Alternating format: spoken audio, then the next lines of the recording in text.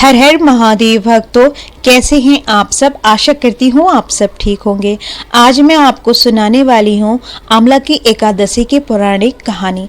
जो कथाएं हिंदू पंचांग के अनुसार फागुन मास की शुक्ल पक्ष की एकादशी तिथि को आंवला की एकादशी के नाम से जाना जाता है।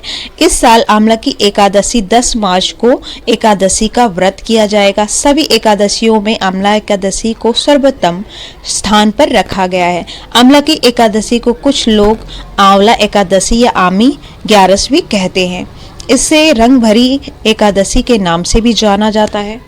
इस दिन व्रत रखा जाता है और जगत के पालनहार श्री हरि विष्णु के साथ आंवले के पेड़ की पूजा की जाती है। कहा जाता है कि आंवले का पेड़ भगवान विष्णु को अत्यंत प्रिय है।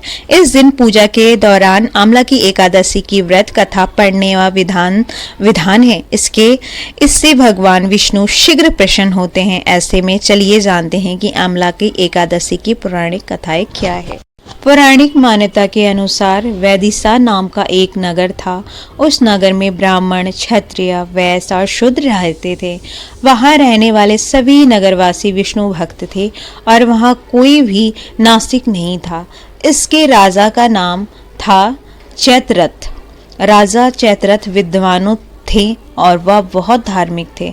उनके नगर में कोई भी व्यक्ति दरिद्र नगर में रहने वाला हर शख्स एकादशी व्रत करता था। एक बार फागुन महीने में आंवला की एकादशी आई। सभी नगरवासी और राजा ने यह व्रत किया और मंदिर जाकर आंवले की पूजा और वहीं पर रात्रि जागरण किया। तभी रात में के समय वह एक बहेलिया आया जो कि घोर पापी था, लेकिन उसे भूखा और प्यास लगी थी, इसलिए मंदिर के कोने में बैठकर जागरण को देखने लगा और विष्णु भगवान व एकादशी का महत्व की कथा सुनने लगा। इसी तरह पूरी रात बीत गई। नगरवासियों के साथ बहेलिया भी पूरी रात जग रहा। सुबह होने पर सभी नगरवासी अपने घर चले गए। बहेलिया भी घर जाकर भोजन किया, लेकिन कुछ समय के बाद बहेलिया की मौत हो। हालांकि उसने आंवला की एकादशी व्रत कथा सुनी थी और जागरण भी किया था, इसीलिए वह राजा द्विविदरथ के घर जन्म लिया। राजा ने उसका नाम वसुरथ रखा।